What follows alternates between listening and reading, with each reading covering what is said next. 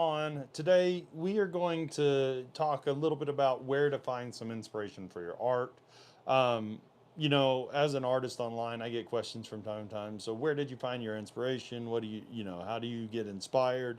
Different things like that. So, I thought I'd talk about a few ways that I kind of get inspired by art, where I've found my inspiration. Now, this is going to change for each person. Depending on the kind of art that you do, might depend a little bit on what kind of things inspire you as well. So, maybe we should talk kind of first off about what kind of inspirations you can be inspired by.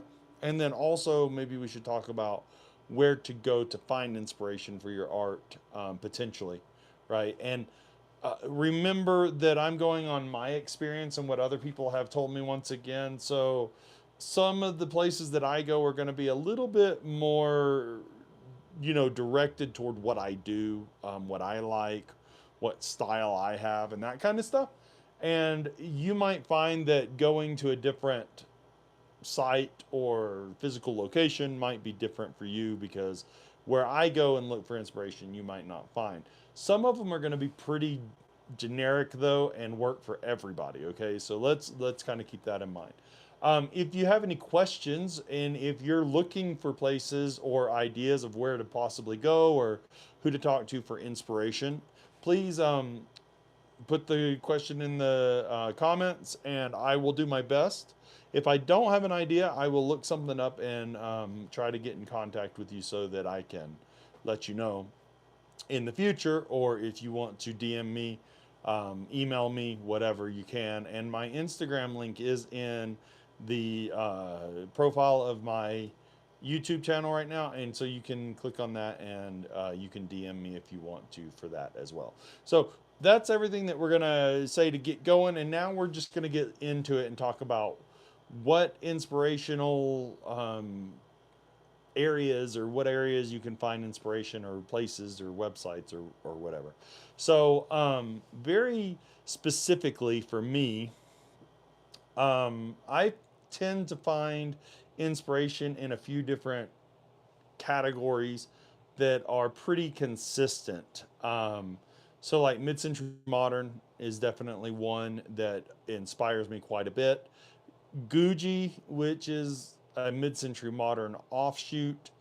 Tiki or Polynesian art is also one that, or those two kind of give me that are offshoots that give me inspiration, and often they are uh, kind of related to mid-century modern because the whole Tiki Polynesian explosion, African art kind of explosion was really big in the 50s and 60s because airplanes and things were becoming more available to people as far as travel methods and things. A lot of people had just come back. It was post World War too, and they had been exposed to like Polynesian art, Polynesian culture, and then of course after the war, there is a boom of prosperity in a lot of areas from rebuilding and things. So a lot of like Pacific Island nations had then become areas where resorts were, established and things like that.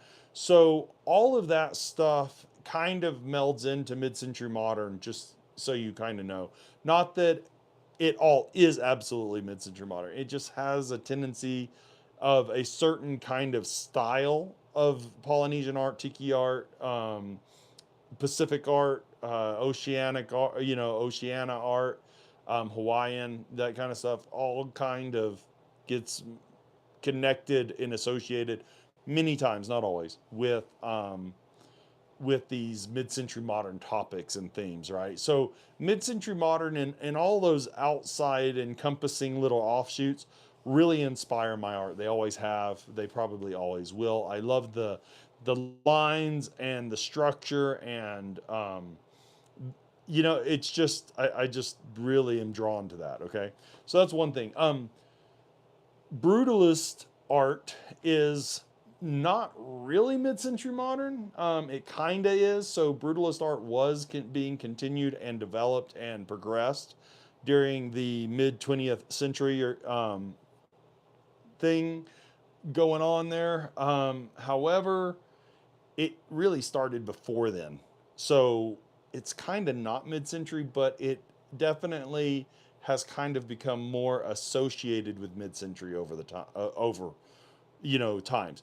So I do really enjoy brutalist art, which through my sculptures and things you can kind of tell that that's an inspiration to me. Um, the aspect of art that also inspires me that's much older than that would be cubist art, cubism and things like that. Well, not so much older, but it's kind of weird. Like there is a serious debate about when cubism was really started versus who made it popular, right? So there's all that. And we're not going to get into the depth of that in this episode because that's not what it's about. But we cubism definitely plays an integral part in a lot of mid-century modern design. Therefore, it makes sense that I'm into that as well. Figure art and what some people call like indigenous or um, primitive art is a big thing. So, like petroglyphs, hieroglyphs, I look at those and they do inspire me quite a bit as well. So, these are all like art and their design, if you want to call it that. There's a big debate about how much design went into like petroglyph and hieroglyphic primitive art. I would say that, yeah, sorry about that pause. I don't think there's enough people that are, you know, really into like I think that it's underestimated how much design went in to like primitive art, right? So I think it's unfair to say that they weren't designers because they laid out stories in such a way that it has its own design. Oscar asked, "What about constructivist art?" To be honest, that's a new term for me. I'll have to look that up. I'll look up what that is, so I can't say. I will definitely look into that though, because I'm always looking for new things to inspire me and to look at. Now, this is where art gets really weird in the world, right? Contemporary art has become its own kind of topic, right? And we're not going to go into this a whole lot in this episode. In another one, we will. But it's definitely strange because what is contemporary? Well, contemporary is those of your peers of a certain time period. So every decade, every year, that is contemporary. Whatever is a mainstay, whatever is going on at that moment is considered contemporary. But contemporary art also has become this specific kind of classification for things that are of a certain style and things that really were popular like 80s through the early 2000s a lot of times. And even some people follow that style and things that also is called modern art. But what is modern? So the problem with art that I have had in finding inspiration is there are some very broad topics out there that if you do research on them, either through books or if you look online or whatever, you can get a lot of stuff that's not at all in the realm of what it is that you're looking for or what inspires you. Now, that all being said, I would venture to say that we can, as an artist of any style, find inspiration from just about any kind of art and just about any kind of aspect of nature. Um, Maybe it takes a little bit more thought and focus on specific aspects, but I do think that we can find inspiration no matter what our art style is from anything that exists, right? We just may have to start looking at it in a different way. I kind of found this to be interesting because when I was younger, I used to skateboard and BMX. I still BMX a little bit these days. But like when you do that kind of stuff, you look at the world in a different way. And then as I started to progress in art and things, and I started to kind of mature in my attitude that things weren't quite so rigid, right? Like when you're young, you often see some kind of popular style that is associated with a term or a topic, and that is like what you think it is. And anybody that doesn't dress that way or act that way is not associated with that group, if that makes sense, or that topic. But as you get older, oftentimes you find that the lines are a little more blurred than you might have thought they were as a kid. And I think that's really true with inspiration for art. Like I go into galleries now and I look at art that is totally not modern or totally not brutalist or hard edge, not mid-century at all. And yet I can find elements of how lines intersect, how things work that do inspire me to build a modern sculpture or some kind of abstract sculpture. Um, I think my perspective on this also changed with time as I started looking more into mid century modern design because a ton of mid century modern designers were, in fact, inspired by organic modern or organic abstract, as it's often called, which are like the shapes that occur naturally in the world, leaves, bark, amoebas. You have to remember the time, like the huge thing of mid-century modern that has become synonymous with modern design in general are like atoms and um, the nuclear aspects of molecules and things. This was all new stuff to them, really, that they were just kind of finding that was becoming popular in the mainstream of at least American culture, but also throughout the world.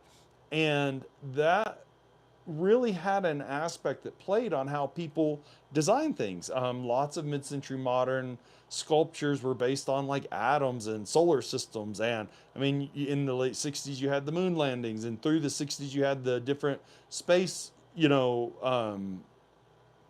aspects that were like the shuttle launches and orbiting the moon and orbiting the earth and whatever. And so it drew an attention to this like space age kind of thing. And there were whole music albums made about what space might sound like if it had sounds and that kind of stuff.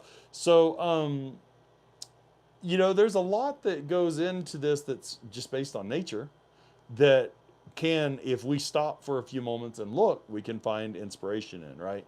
So those are like some pretty broad aspects of what, and what you might be looking at. Um, Now, that all being said, also keep in mind that you have to go look for inspiration sometimes in just specific places. So for me, places that I go look for inspiration in are going to be like one of the most common recently has actually been Pinterest. I find that for me, doing keyword searches for specific styles, specific areas. So I found that not only naming a style, because sometimes style terms are more associated with certain countries and certain cultures versus the fact that that similar style exists but is not recognized in other countries as that term. So it's interesting because like I know Brazil with Brasilia has uh, super mid-century modern and some brutalist and organic abstract and organic modern shapes and styles in the buildings and this kind of stuff. And sometimes those buildings in other South American countries don't show up unless you start looking for architecture in specific countries. So instead of doing a style type, I will look for modern architecture, which is a broad term, in and name a South American country that maybe I had found out was developing quite quickly in the 50s and 60s or the 70s. And they will actually have designs that I'm interested in that can inspire me and motivate me and move me to do things. Um, Another thing that I look at is kind of like, even though I'm not into rustic stuff at all, rustic and modern woodworking often are very close in certain ways, but they're different because rustic typically is not as well finished. People like the checking in it a lot. They like the rougher texture, sawmill marks, that kind of stuff, and that means that essentially it's more farmy, but at the same time, like old rustic carpentry and old rustic construction has a very angular and very linear design to it simply because it was simple to make and it was easier to design and put together than having, curves and arches and different things like that. That's not always the case. We have Victorian, for instance, we have Western Victorian and all these, and those are definitely not simple. They're very intricate and they're different, So, you have to kind of sift through. So sometimes I do use the broad search terms and just sift through a lot. But oftentimes I've just found that if I do like Amish construction or shaker construction, shaker carpentry, you can find maybe it's not the style that you're looking for, but I'm looking for inspiration. I'm not looking to copy anybody. So it doesn't matter to me if there's a difference in style. All I'm looking for are new thought processes and concepts that or designs that can ignite a whole thought concept in my head.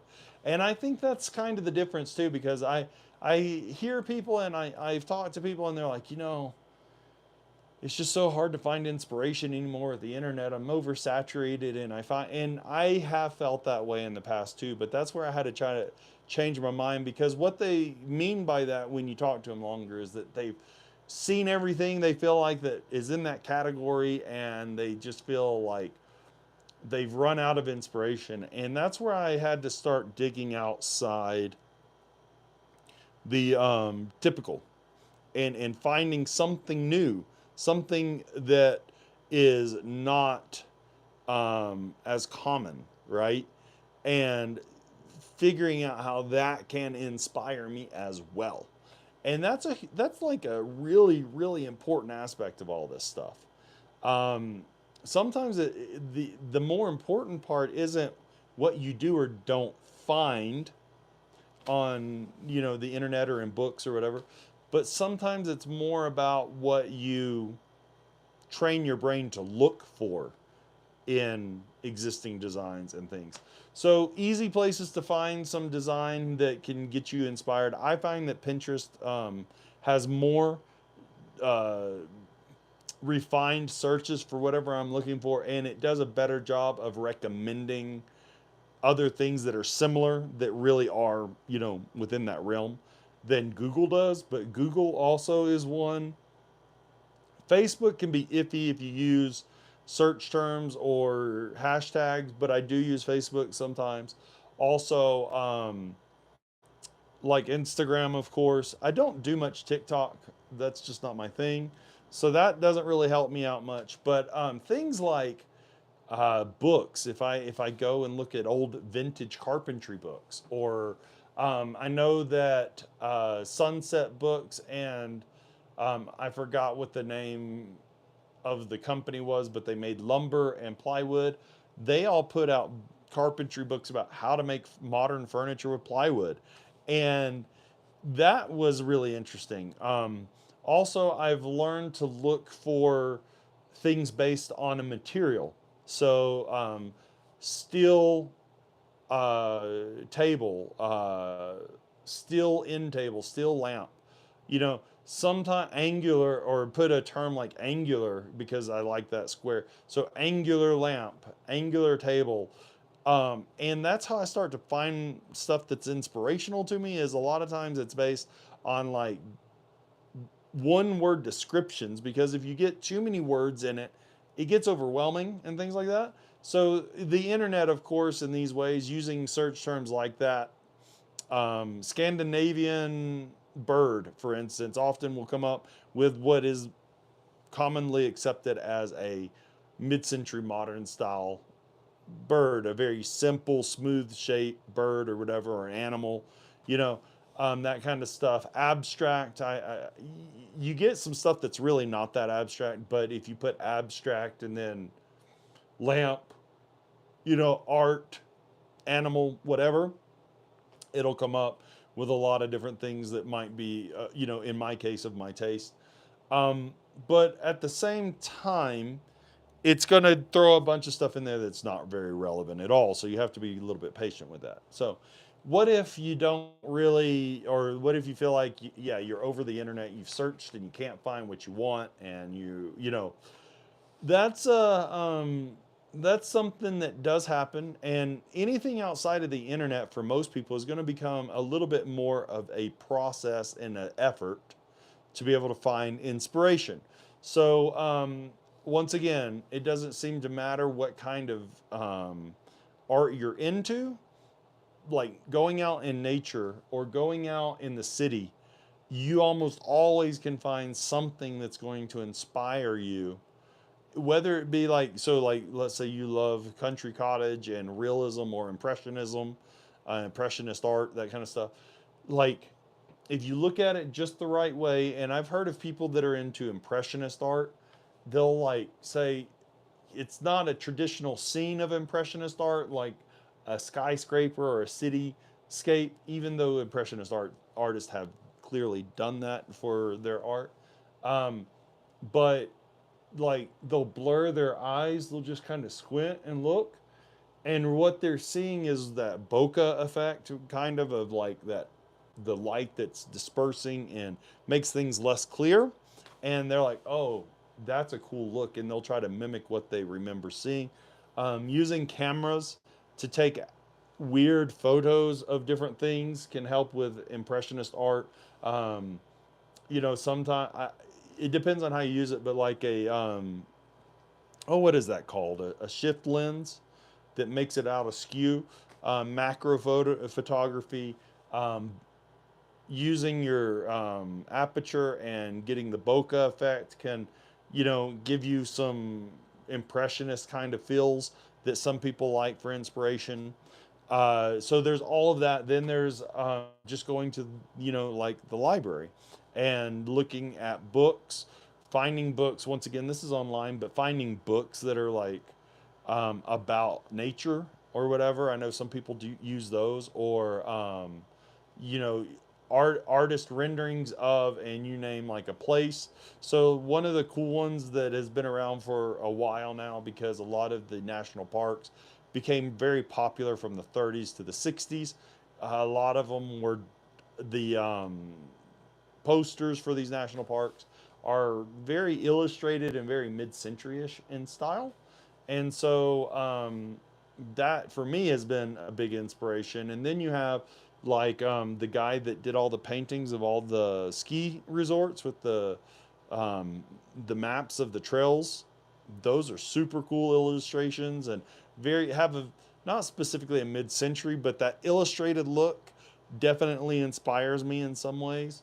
Um, so those are all things that I use in that kind of aspect. But being out in nature, definitely like different times of day. So like at the end of the day or the beginning of the day, when shadows are harsh, for me they make very angular lines and they kind of inspire. Or what I might see in a haze when it's almost dark, around trees and things, the shapes, the outlines, the shadows, the silhouettes, that kind of stuff can inspire me. Going to another one would be going to like art festivals, art fairs, and just kind of taking a step back and looking. So sometimes just if I step back and kind of phase out and look at like just a booth, the overall shapes that develop can become inspiration for me. Of course, the artists there, their art. I found some artists that are like, one guy's kind of, I guess, cubist, impressionist, is how I would, but kind of modern, what you would consider modern cubism, impressionist, I guess. And his stuff's really cool, and I really like his stuff, and it inspires me with my stuff to kind of design new things. And then I've met a few. Modern abstract is the best I know how to describe them, and they use like steel that they paint on, and the steel um, has some rusting going on, and they're using different textures like enamels and different things that build up in heavier, areas. They sometimes use concrete, whatever. And while I am not making that kind of art, the textures and the shapes, the outlines of the shadows start to influence me in a way that definitely is on the, gets my mind thinking, what if I did? And I like those a lot. Sorry, sorry, I hate to yawn on live recordings, but can't help it today. I did a lot of tree work, and so I'm tired. But yeah, there's a that inspires me quite a bit. So definitely like trade show. I'm sorry, galleries, art festivals, that kind of stuff. And then there's trade shows of certain industries, right? That can inspire whatever. Ceramics. I find ceramics to be very inspiring to me because the way that ceramics work, lots of people make ceramics in certain formats. Like they use certain styles of skills and certain forms of construction. And I find that that actually lends very well to seeing when you take a photo or you look at it, it's got a hard line because it's not up against the wall usually, it's kind of off, which creates that shadow line and it starts to inspire me. A lot of people do slab work where they use thick chunks of whatever, and it all tends to kind of inspire me because just the shape. So, they may not even be making the form that I'm making, but all of like events where artists of a certain style are definitely places to be inspired by people, or and so it's, yeah, there's a lot out there. And so I would definitely say trade shows, art festivals, art fairs, galleries, of course, don't ever miss the galleries, natural settings, just being out in the city or in nature, either one. For me, out in the desert, the high desert out here in western Colorado and eastern Utah inspire me quite a bit. The mountains inspire me quite a bit. There's a place here in western Colorado called Marble where they quarry marble, and that's pretty inspiring because these big chunks come off, and then you start to see these cubist shapes, and it's super cool for me. So I like that, and then books, like I said, really there's so much to be in, so many ways to be inspired. But one that we're going to talk about real quick is the last one that I find super interesting is verbal concepts. So one of the best ways, and one of the ways that I get the like most visual, for me at least, most visual concept is verbal concept conversations with other artists or designers. Um, the cool thing about that is with a few key phrases and few key points that you're looking at, can really make you like start to think about things in a different way. Like they might have a totally different vision in their head, but as an artist, I can't help but visualize what I'm talking about, and it starts this process, and I start to think about it, and I start to go through all these things, and it makes like these concepts that sometimes I just have to draw out. And I'm like, wow, that's super cool.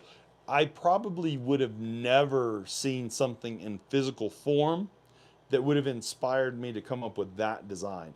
But because it was a verbal conversation and my brain had just enough fodder to start designing and conceiving and contriving these ideas, then I come up with something, which is pretty cool. So I definitely think communication, not just with other artists, but also with contractors, designers, uh, storytellers. Like there's all kinds of people to talk to, and you start getting these ideas and these concepts. So for me, because of my style, I would definitely say that like designers, contractors, metal fabricators, that kind of stuff really get me inspired more than probably anybody else that I talk to.